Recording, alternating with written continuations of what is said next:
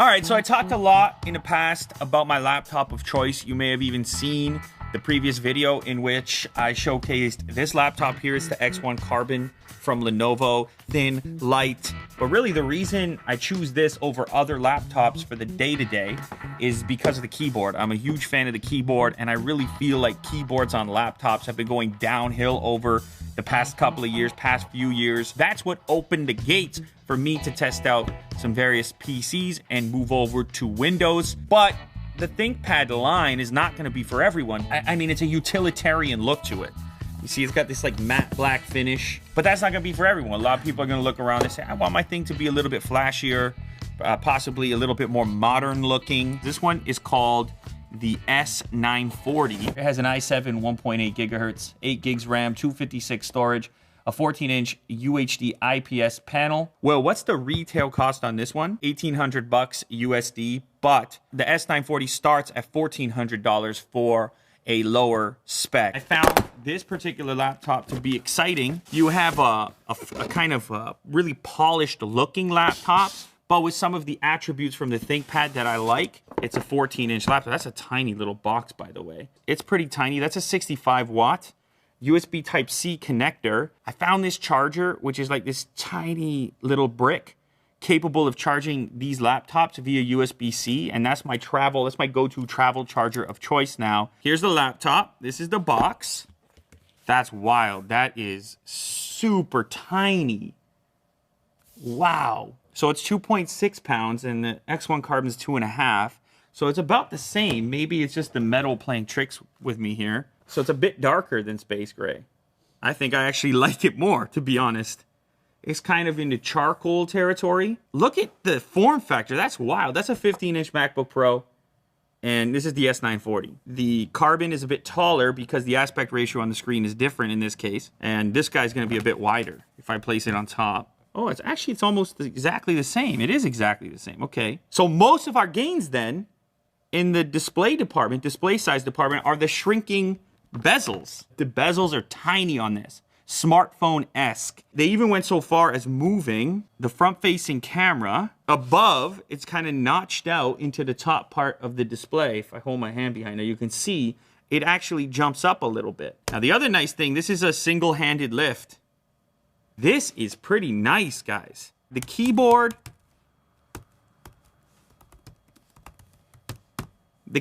is not ThinkPad level. There's just not as much travel in the keys. These ones are more like a traditional keyboard. This is more like a chiclet style that you would be used to on a more modern keyboard deck. All right, so I also see the Dolby Atmos speaker system logo here, and it looks like the speaker grills are here, so that could be an improvement. Either way, I like the fact that they carried through a similar scale with each key and curvature. 2 Thunderbolts on this side over here. Lots of potential expandability there and speed.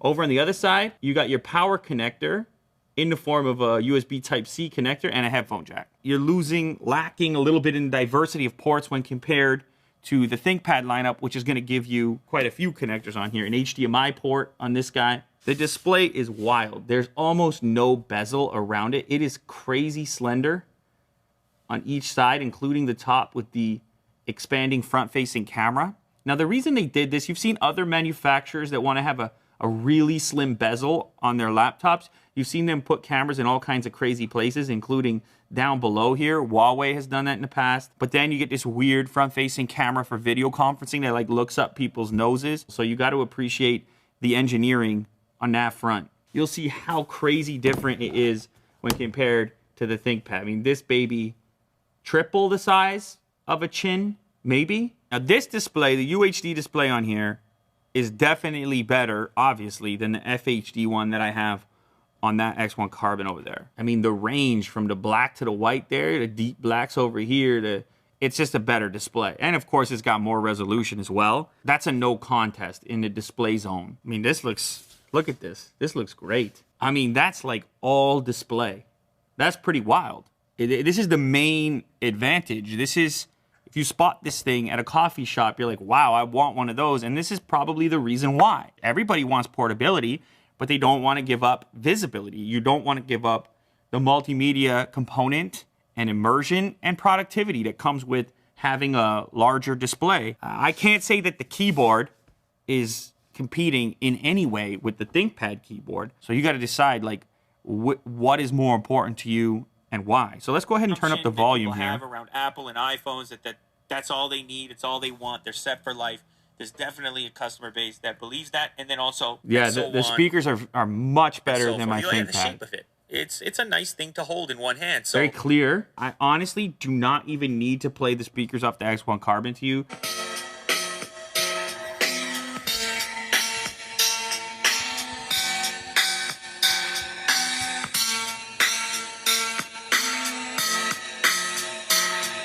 Yeah, I'm happy with the speakers. Anyway, so if you're wondering why it's important to have the camera, the webcam up at the top, and why they had to design that in there, I mean, that would have taken tremendous effort to get that to fit in up there. This is the purpose. This is the reason. I'm looking directly into it. If I happen to be on Skype, if I happen to be doing a video conference, Kirk, you just did a video conference, in fact. If the camera was popping up from the bottom, then it's going to be more like this. Jack, can you see this? Can you get there? It's more like this. Now you're looking up my nose. Now, it's not the greatest camera. I mean, it's like a little 720p webcam up there, so keep that in mind. But still, to cram it in up top, this is where we're at. On smartphones, it's the same story. Where do you put the front-facing camera? It seems to be the one characteristic that informs so much of the design. And now you're seeing the same thing in laptops, where they're trying to figure out where to put it, and they're trying to figure out how to minimize bezels. So the trackpad, I'm probably going to say that maybe it's even a little bit nicer to use than on the ThinkPad. It's responsive. It's acceptable. So it's not a substitute for me. I wouldn't even say it's particularly special. I would say it's a pretty typical keyboard. But as a package deal, I think it's a pretty slick laptop, to be honest. It's got almost no bezel. They found a way to fit the front-facing camera in the right spot. The keyboard is usable. The trackpad is nice. It's got enough I/O for most people with the double Thunderbolt and the headphone jack. So there's advantages and disadvantages. The overall look, I mean, I think this thing probably crushes for most people. It's a very slick and slender design. A lot of times, the reason you end up liking a particular laptop has to do with your own personal preference around form factor, or ergonomics. It's a bit more difficult to put your finger on why you like one better than the other. So really in this case, I'm gonna use this a bit more extensively and see where I land, but something's telling me I'm just a ThinkPad guy. I don't know if I can get away from it. Now, the keyboard, it's been so rewarding. I mean, it's a place I like to live. I mean, I just can't wait to like respond to emails, and I hate email. So that's gotta tell you something about what Lenovo's been able to package up in the X1 Carbon. That's a crazy popular laptop, and for good reason. But this thing's slick, it's more modern, it looks more futuristic. I think it's gonna be appealing to some people.